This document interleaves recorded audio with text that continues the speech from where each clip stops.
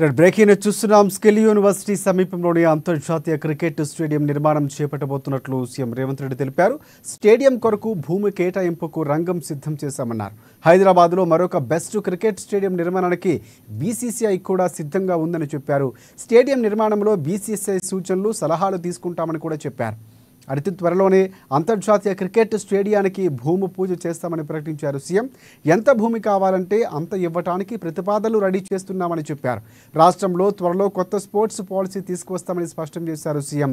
ప్రతి మండలంలో మినీ స్టేడియాలు ఏర్పాటు చేయడానికి సిద్ధంగా ఉన్నామన్నారు. భూమి అందుబాటులో ఉంటే నిధులు కేటాయించడానికి రెడీ అని సీఎం తెలిపారు.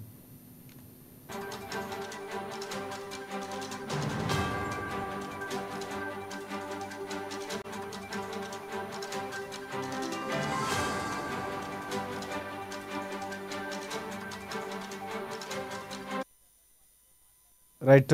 స్కిల్ యూనివర్సిటీ సమీపంలోని అంతర్జాతీయ క్రికెట్ స్టేడియం నిర్మాణం చేపట్టబోతున్నట్లు సీఎం రేవంత్ రెడ్డి తెలిపారు. స్టేడియం కొరకు భూమి కేటాయింపులకు రంగం సిద్ధం చేశామన్నారు. హైదరాబాద్లో మరొక బెస్ట్ క్రికెట్ స్టేడియం నిర్మాణానికి బీసీసీఐ కూడా సిద్ధంగా ఉందని చెప్పారు. స్టేడియం నిర్మాణంలో బీసీసీఐ సూచనలు, సలహాలు తీసుకుంటున్నామని తెలిపారు. అతి త్వరలోనే అంతర్జాతీయ క్రికెట్ స్టేడియానికి భూమి పూజ చేస్తామని ప్రకటించారు సీఎం. ఎంత భూమి కావాలంటే అంత ఇవ్వడానికి ప్రతిపాదనలు రెడీ చేస్తున్నామన్నారు.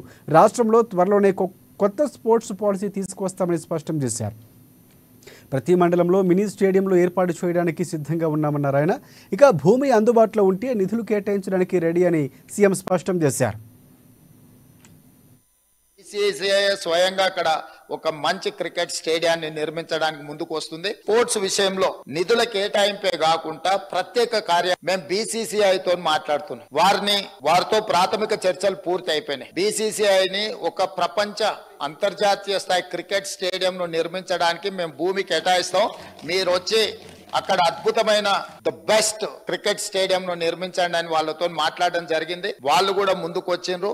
దాదాపుగా రాబోయే కొద్ది రోజుల్లోనే వారికి భూమి కేటాయించడం, బీసీసీఐ స్వయంగా అక్కడ ఒక మంచి క్రికెట్ స్టేడియాన్ని నిర్మించడానికి ముందుకు వస్తుంది. స్పోర్ట్స్ విషయంలో నిధుల కేటాయింపే కాకుండా ప్రత్యేక కార్యాచరణ, యువతను బయటికి తీసుకురావాలంటే క్రీడల్ని ప్రోత్సహించాల్సిన బాధ్యత ఈ సభ మీద ఉన్నది.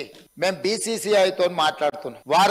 వారితో ప్రాథమిక చర్చలు పూర్తి అయిపోయినాయి. బీసీసీఐని ఒక ప్రపంచ అంతర్జాతీయ స్థాయి క్రికెట్ స్టేడియం ను నిర్మించడానికి మేము భూమి